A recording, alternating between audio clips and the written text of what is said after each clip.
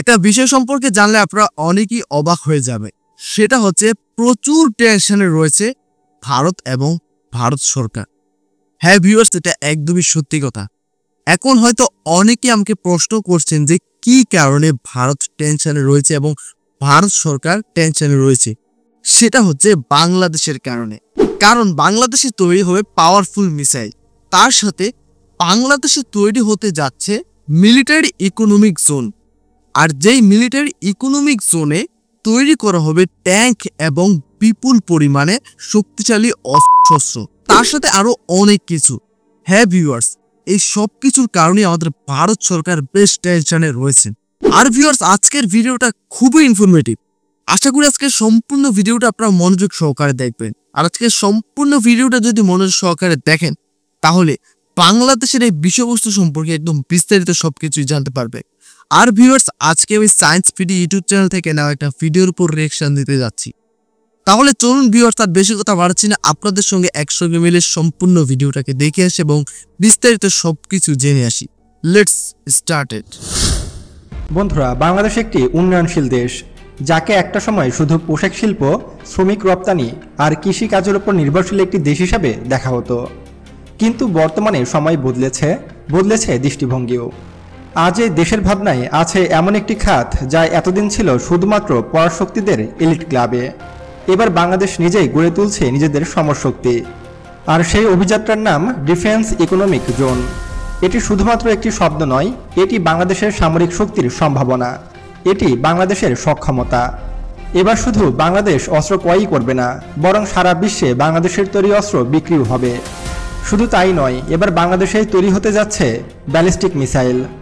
যদিও এ প্রজেক্টটি হতে চলেছে অনেক গোপনীয়তা রক্ষা করে, তারপরও এ বিষয়ে বিস্তারিত আলোচনা করব এই ভিডিওটিতে। তাই আজকের ভিডিওটি অনেক বেশি গুরুত্বপূর্ণ ও ইনফরমেটিভ হতে চলেছে। তাই ভিডিওটি মনোযোগ সহকারে একদম শেষ পর্যন্ত দেখতে থাকুন। তো চলুন শুরু করা যাক। বন্ধুরা, বাংলাদেশে তৈরি হতে চলেছে মিলিটারি ইকোনমিক জোন, যেটি তৈরি করছে বিডার প্রধান নির্বাহী আশিক চৌধুরী। আশিক চৌধুরী কয়েকদিন আগে তুরস্ক সফরে যান এবং সেখানে এই বিষয়ে তিনি আলোচনাও করেছেন। বাংলাদেশে যেমন অনেক অর্থনৈতিক জোন রয়েছে যেখানে বিভিন্ন ধরনের প্রোডাক্ট তৈরি হয়, সেরকমই এবার আন্তর্জাতিক সব অস্ত্র কোম্পানির সাথে চুক্তি করে বাংলাদেশে তৈরি করা হচ্ছে মিলিটারি ইকোনমিক জোন, যেখানে তৈরি হবে অত্যাধুনিক সব মারণাস্ত্র, বিশেষ করে স্নাইপার রাইফেল, বন্দুকের গুলি, ট্যাঙ্কের মতো ভারী অস্ত্র, ড্রোন, এমনকি সাজোয়াজানের মতো ভয়ঙ্কর সব অস্ত্র তৈরি করা হবে এই ইকোনমিক জোনে। বাংলাদেশের কোন স্থানে? দেখুন ভিউয়ার্স, একটা বিষয় না বলে পারছি না, সেটা হচ্ছে যদি বাংলাদেশের মধ্যেই এই সব কিছু তৈরি হয় তাহলে বাংলাদেশ যে আগে অন্য দেশ থেকে এই যন্ত্রপাতিগুলো ক্রয় করত এবং এই অস্ত্রগুলোকে ক্রয় করত, সেগুলোকে আর ক্রয় করতে হবে না। ঠিক আছে, এতে করে বাংলাদেশের অর্থনীতিটাও কিন্তু অনেকটাই ভালো অবস্থানে থাকবে এবং সামরিক বাজেটে যেই টাকাটা খরচ হতো, ঠিক আছে, অন্য দেশ থেকে এই অস্ত্র আনতে যেই টাকা খরচ করত, সেই টাকাটা অন্য আরেকটা খাতে খরচ করতে পারবে বাংলাদেশ সরকার এবং বাংলাদেশ সেনাবাহিনী বা বাংলাদেশের যে বাহিনীগুলো রয়েছে, মিলিটারি বাহিনীগুলি। আশা করি বুঝতে পেরেছেন। আর এটা বাংলাদেশের জন্য খুবই প্লাস পয়েন্ট এবং বেনিফিট হতে যাচ্ছে। আপনাদের কি মতামত অবশ্যই কমেন্ট সেকশনে জানাতে ভুলবেন না। তাহলে চলুন বাকি অংশটা দেখে আসি। এই মিলিটারি ইকোনমিক জোন গড়ে তোলা হবে সে সম্পর্কে এখনো বিস্তারিত কোনো তথ্য দেওয়া হয়নি, তবে এর পিছনে বড় একটি কারণ রয়েছে। আপনারা হয়তো জানেন যে মিলিটারি ইকোনমিক জোন অন্যান্য শিল্প কলকারখানার মতো নয়, এটিকে সবসময় গোপনীয়ভাবে রাখা হয় এবং মিলিটারি ইকোনমিক জোনকে সবসময় এমনভাবে তৈরি করা হয় যেন সেখানে বহিঃশত্রু আক্রমণ করতে না পারে। বাংলাদেশি অনেক বিশেষজ্ঞরা ইতিমধ্যে দাবি করছে এই মিলিটারি ইকোনমিক জোন যেন মাটির ভূগর্ভে তৈরি করা হয়, অর্থাৎ হিজবুল্লাহ যেরকম মাটির নিচে বাংকার খুঁড়ে সেখানে মিলিটারি ইকোনমিক জোন তৈরি করেছে, ঠিক সেরকমভাবেই বাংলাদেশেরও উচিত হবে মাটির নিচে বাংকারে এই ধরনের অস্ত্রশস্ত্র তৈরি করা।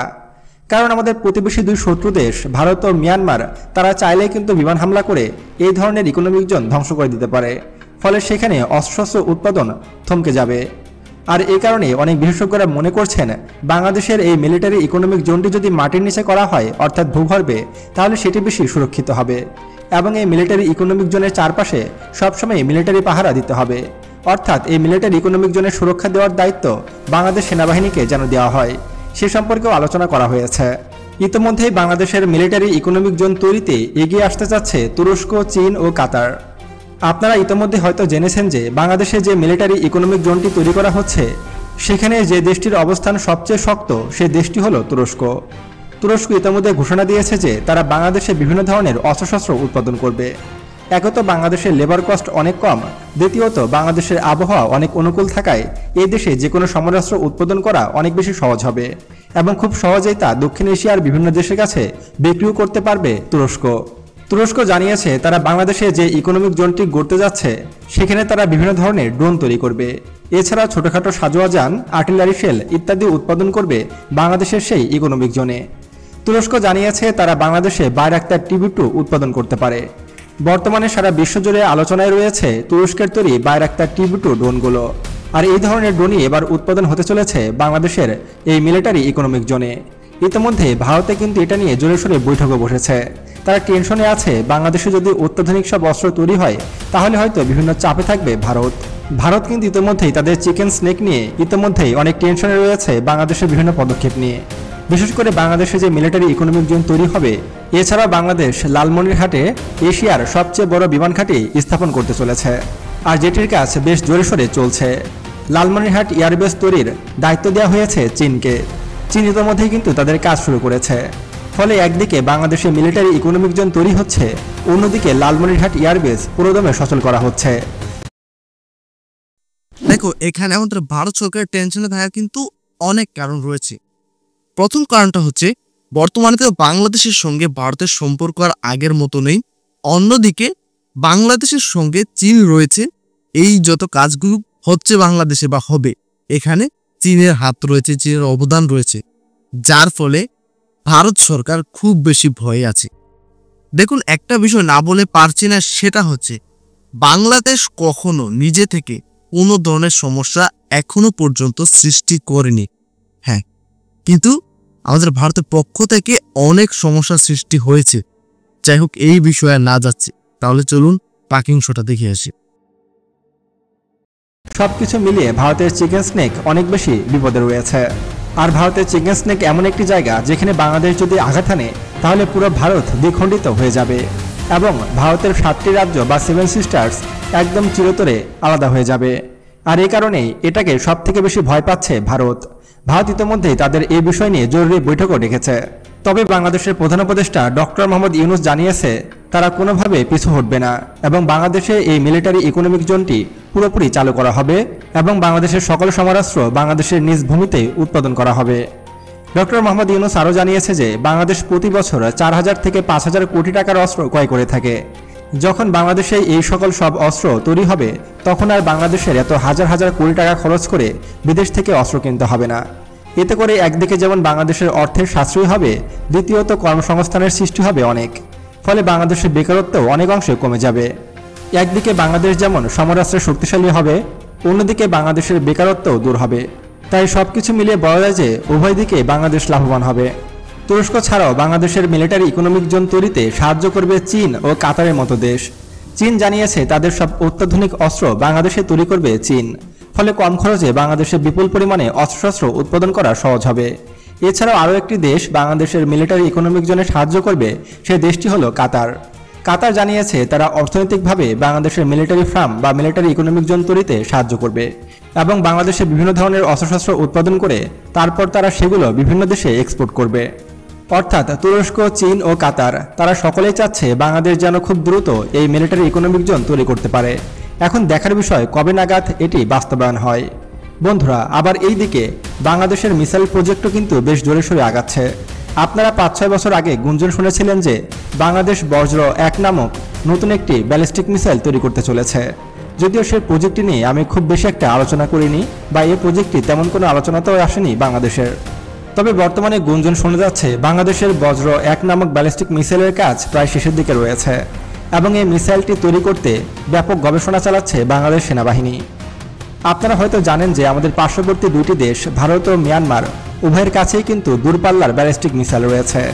তারা চাইলেই কিন্তু খুব সহজেই মিসাইল মেরে বাংলাদেশের রূপপুর পারমাণবিক বিদ্যুৎ কেন্দ্র, পদ্মা সেতু এবং বাংলাদেশের বিভিন্ন উন্নয়ন অবকাঠামো ধ্বংস করে দিতে সক্ষম। সেগুলোকে ঠেকানোর ক্ষমতা বাংলাদেশের নেই। এমনকি তার প্রতিবাদে পাল্টা আক্রমণ করার ক্ষমতাও কিন্তু বর্তমানে বাংলাদেশের নেই। এখন বর্তমানে বাংলাদেশের জন্য খুব বেশি প্রয়োজন হয়ে দাঁড়িয়েছে ব্যালিস্টিক মিসাইল, যেটির রেঞ্জ হবে কমপক্ষে 300 কিলোমিটার। বাংলাদেশ সেনাবাহিনী, বাংলাদেশ বিমান বাহিনী এবং বাংলাদেশ নৌবাহিনী 3 বাহিনীর প্রচেষ্টায় এবার নতুন ধরনের ব্যালিস্টিক মিসাইল তৈরি করতে চলেছে বাংলাদেশ সরকার। ইতিমধ্যেই বাংলাদেশ বিমান বাহিনী কিন্তু তাদের তৈরি অত্যাধুনিক ড্রোন KX-2 প্রকাশ্যে নিয়ে এসেছে এবং এটি একটি কিন্তু অ্যাটাক ড্রোন। এটিকে দেখতে অনেকটা তুরস্কের তৈরি বাইরাক্তার ড্রোনের মতোই দেখায়। আর এই কারণে ধারণা করা হচ্ছে যে বাংলাদেশ বিমান বাহিনীও হয়তো এই মিসাইল প্রজেক্টে সংযুক্ত রয়েছে। এখন প্রশ্ন হলো, বাংলাদেশের তৈরি প্রথম মিসাইলটি কতটা শক্তিশালী হতে চলেছে? এর উত্তর হলো, প্রথম মিসাইলটি হয়তো ওই রকম খুব বেশি শক্তিশালী মিসাইল হবে না।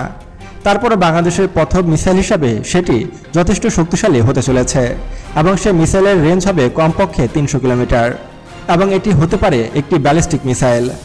বন্ধুরা, বাংলাদেশের মিসাইল প্রজেক্ট সম্পর্কে আপনি যদি আরও বিস্তারিত জানতে চান তাহলে অবশ্যই আমাদেরকে কমেন্ট করে জানাবেন। আমি পরবর্তী ভিডিওতে এই মিসাইল সম্পর্কে আরও বিস্তারিত আলোচনা করার চেষ্টা করব। এবং 2025 সালে এসে যদি চীন ভারত যুদ্ধ হয় তাহলে কোন দেশ জয়লাভ করবে সে সম্পর্কে জানতে আমাদের এই ভিডিওটিতে ক্লিক করুন। আরও এমন ভিডিও পেতে এখনই আমাদের চ্যানেল সায়েন্স বিডিকে সাবস্ক্রাইব করুন এবং পাশে আসা বেল বাটনে ক্লিক করুন। দেখা হচ্ছে পরবর্তী ভিডিওতে। ততক্ষণ পর্যন্ত সুস্থ থাকবেন, ভালো থাকবেন। আল্লাহ হাফেজ। তো ভিউয়ার্স, সম্পূর্ণ ভিডিওটা তো আপনারা দেখতেই পেলেন। আশা করি আপনারা বিস্তারিত সবকিছু বুঝতে পেরেছেন এবং জানতে পেরেছেন। বিশেষ করে বাংলাদেশের এই মিলিটারি জোন সম্পর্কে আশা করি সবকিছুই জানতে পেরেছেন। এই মিলিটারি জোন তৈরি করার জন্য কিছু সিকিউরিটি মেনটেন করবে তারা। সেটা হচ্ছে এই মিলিটারি জোন কোথায় তৈরি করা হবে সেটা কিন্তু তারা কখনো কারোর সামনে আনবে না এবং চেষ্টা করা হচ্ছে যাতে এটাকে মাটির নিচে তৈরি করা হয়। যদি মাটির নিচে তৈরি করা হয় বা তৈরি করা যায় এই মিলিটারি জোনটাকে, তাহলে এটা খুবই নিরাপদে থাকবে এবং এই মিলিটারি জোন অন্য দেশের আক্রমণের হাত থেকেও বেঁচে যাবে এবং তারা খুব সুন্দরভাবে নির্ভয়ে সেখানে বিভিন্ন ধরনের অস্ত্র তৈরি করতে পারবে এবং ব্যালিস্টিক মিসাইলও তারা কিন্তু তৈরি করতে পারবে সেই মিলিটারি জোনে। আরেকটা বিষয় হচ্ছে, বাংলাদেশে কিন্তু এখনো পর্যন্ত কোনো পাওয়ারফুল ব্যালিস্টিক মিসাইল নেই। হ্যাঁ, এটা কিন্তু খুবই দুঃখজনক বিষয়, কারণ বাংলাদেশের পার্শ্ববর্তী দেশ মিয়ানমার এবং ভারত, এই দুই দেশের সঙ্গে কিন্তু বাংলাদেশের সম্পর্ক সেরকম ভালো নয়। আশা করি আপনারা এটা সবাই জানেন। অন্যদিকে মিয়ানমারের কাছেও কিন্তু ব্যালিস্টিক মিসাইল রয়েছে এবং ভারতের কাছেও কিন্তু পাওয়ারফুল মিসাইল রয়েছে এবং পারমাণবিক অস্ত্র রয়েছে, কিন্তু বাংলাদেশের কাছে সেরকম কিছু নেই। আর এটা কিন্তু একটা বড় ধরনের দুর্বলতা। তো যাই হোক, বাংলাদেশ কিন্তু এই দুর্বলতাটাকেও কাটিয়ে ফেলছে। এর মানে হচ্ছে বাংলাদেশেও কিন্তু ব্যালিস্টিক মিসাইল তৈরি হয়ে যাচ্ছে। আর যদি এই ব্যালিস্টিক মিসাইল বাংলাদেশে তৈরি হয়ে যায় এবং এর রেঞ্জ যদি 300 কিলোমিটার আশপাশ হয়, তাহলে বাংলাদেশ কিন্তু অনেকটাই ভালো পজিশনে চলে যাবে। তো যাই হোক ভিউয়ার্স, আজকের সম্পূর্ণ ভিডিওটা দেখার পরে আপনার যদি কোনো ব্যক্তিগত মতামত থাকে অবশ্যই কমেন্ট সেকশনে জানিয়ে যাবেন এবং যদি ভালো লেগে থাকে আপনি চাইলে আমাদের চ্যানেলটাকে সাবস্ক্রাইব করতে পারেন, ভিডিওতে লাইক করতে পারেন এবং আপনি চাইলে ভিডিওটাকে শেয়ারও করতে পারেন। তাহলে ভিউয়ার্স, এখানে বিদায় নিচ্ছি। দেখা হবে পরবর্তী কোনো একটা ভিডিওতে। ততক্ষণ পর্যন্ত সকলে ভালো থাকবেন, সুস্থ থাকবেন। Tata, bye bye.